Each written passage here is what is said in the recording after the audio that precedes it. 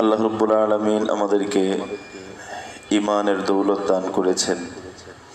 এটা আল্লাহ পাকের বড় মেহেরবানি। একজন মানুষ সে যদি দুনিয়ার কোনো সম্পদও না পায়, কিন্তু সে যদি ঈমান পেয়ে যায়, তাহলে ওই ব্যক্তির মৃত্যুর পরে বিন্দু মাত্র আক্ষেপ এবং আফসোস থাকবে না। কোনো সম্পত্তি কিচ্ছু পেল না, কোনো নাজ নিয়ামত কিছু, এমনকি কোনো সুস্থতার নিয়ামত এটাও পেল না, কিন্তু ঈমানটা সে নিয়ে দুনিয়ার থেকে যদি চলে যেতে পারে, তাহলে তার বিন্দু মাত্র কোনো আক্ষেপ, অনুশোচনা, অনুতাপ কোনো কিছুই থাকবে না। তার কারণ হচ্ছে আল্লাহ রাব্বুল আলামিন কোরআনুল কারীমের মধ্যে বলেছেন, মানুষের এই জগৎটা যখন পার হয়ে যাবে, তখন প্রত্যেকেই হাসরের ময়দানে দুনিয়ার জীবনটা নিয়ে কথা বলতে থাকবে, যে দুনিয়াতে কতদিন ছিলাম। সর্বোচ্চ যেটা কোরআনের মধ্যে আসছে, সর্বোচ্চ বলবে হয়তো একদিন, কি তার চেয়ে একটু বেশি। অর্থাৎ আখিরাতের ময়দানের এই দৃশ্যগুলো দেখার পরে তার কাছে দুনিয়ার পূর্ণ জীবনটা একটা দিন এর থেকে বেশি মনে হবে না। কাজেই তার কাছে মনে হবে যে দুনিয়ার জীবনে সুখ পাইনি তো একদিন পাইনি তো কি হয়েছে, অথবা সম্পদ পাইনি তো সামান্য সময় পাইনি তো কি হয়েছে। পক্ষান্তরে কোনো ব্যক্তি যদি দুনিয়ার সমস্ত নিয়ামত পেয়ে যায়, কিন্তু সে যদি ঈমান ছাড়া দুনিয়ার থেকে যায়, তাহলে ওই ব্যক্তির আক্ষেপের কোনো শেষ থাকবে না। এই সমস্ত নিয়ামতের কথা ওই ব্যক্তি ভুলে যাবে। তাকে যদি কেউ জিজ্ঞেস করে যে আপনি দুনিয়াতে কেমন ছিলেন, সে একটাই উত্তর দিবে, পূর্ণ দুনিয়ার জীবন আমার কাছে অশান্তি ছাড়া কিছুই ছিল না। অথচ দুনিয়ার জীবনে সে অনেক কিছু পেয়েছে।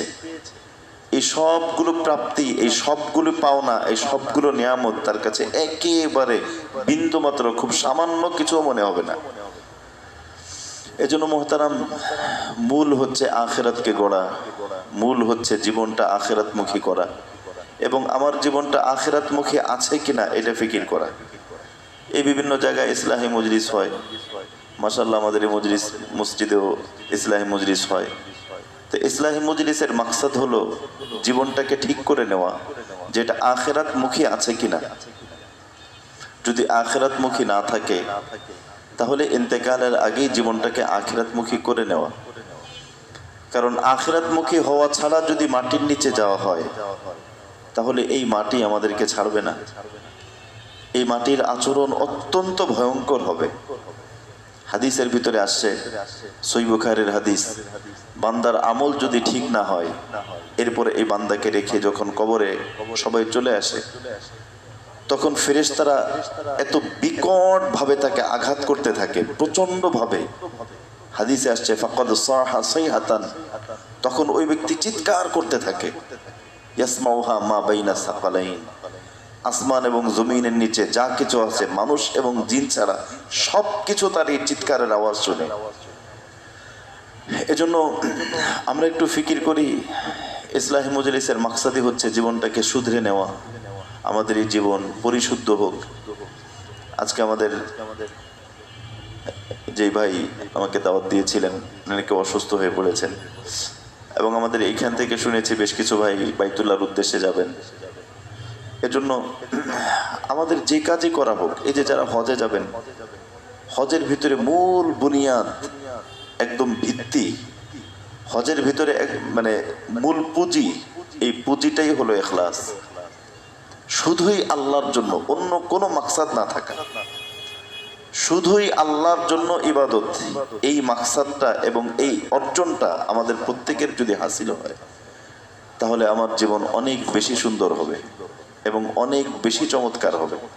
কারণ দেখা যায় কোনো মানুষ যদি এরকম হয় যে সে বাইতুল্লাহ সফর করে আসলো, অথবা বড় কোনো ইবাদত যে কোনো কিছু করলো, কিন্তু সেটা যদি আল্লাহর জন্য না হয়, সামান্য একটুও যদি কিছু হয়, হাদিসের ভিতরে আসছে কানজুল উম্মালের হাদিস, নবীজি বলেছেন ইয়াতি আলান নাসি জামান, কিয়ামতের আগে এমন একটা যুগ আসবে, এমন একটা সময় আসবে, ইয়াহুজ্জু ফীহিল আগনিয়া মুসাফিরান, যার মধ্যে ধনীরা বেশি বেশি বাইতুল্লাহ যাবে, হলো সফর করার জন্য, ভ্রমণ করার জন্য, আল্লাহ নবী বলেছেন, এই যে ইদানিং বাইতুল্লাহ মাশাআল্লাহ অনেকেই যায়, প্রত্যেকে যদি আল্লাহকে পাওয়ার জন্য যাইতো তাহলে ওখান থেকে ফিরে আসার পর জীবন এরকম হইতো না।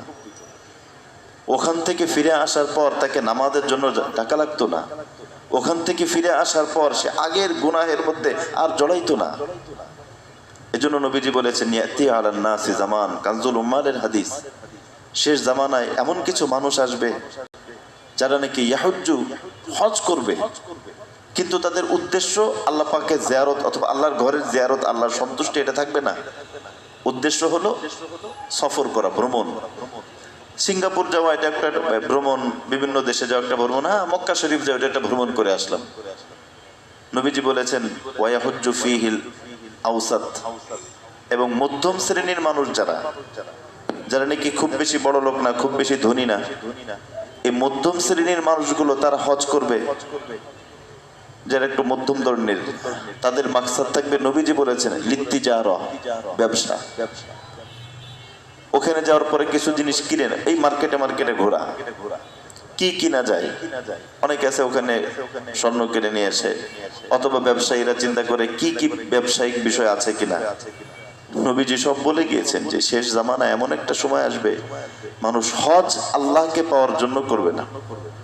নবীজি বলেছেন ওয়ায়াহুজ্জু ফীহিল ফুকারা লিল মাসআলা, এবং সেখানে গরিব যারা তারা হজ করতে যাবে ভিক্ষা করার জন্য।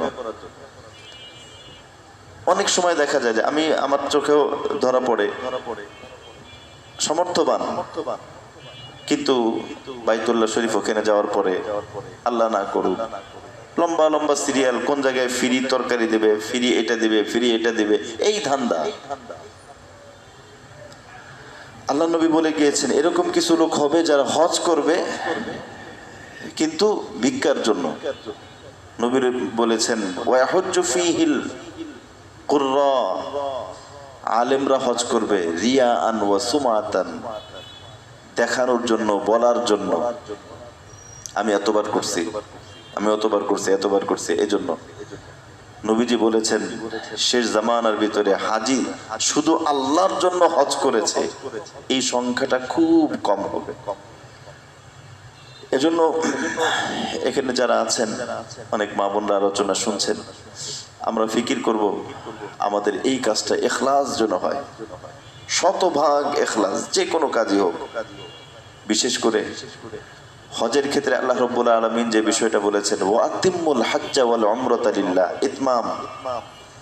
আল্লাহ বলেছেন তোমরা হজ এবং উমরাকে পূর্ণ করো। এখানে আরবি গ্রামার অনুযায়ী ইতমাম পূর্ণ করা, এই সেম কাছাকাছি আরেকটা শব্দ হচ্ছে ইকমাল।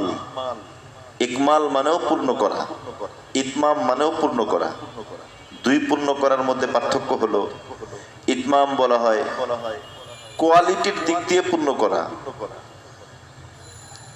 জিনিস দুইটা সেমই কিন্তু কোয়ালিটি এটা অনেক ভালো। আল্লাহ রাব্বুল আলামিন হজ এবং উমরার ক্ষেত্রে সংখ্যা পূর্ণ করতে বলেননি, এতবার এতবার এতবার সংখ্যা না। আল্লাহ পাক বলেছেন তোমরা কোয়ালিটিটা ভালো করো। এজন্য হজ জীবনে ফরজ একবারই, দ্বিতীয়বার যদি কেউ করে সেটা নফল হবে, কিন্তু মূল ফরজ একবারই। এই একবার আল্লাহ পাক বলেছেন একবার করো, কিন্তু কোয়ালিটিটা অনেক ভালো করো।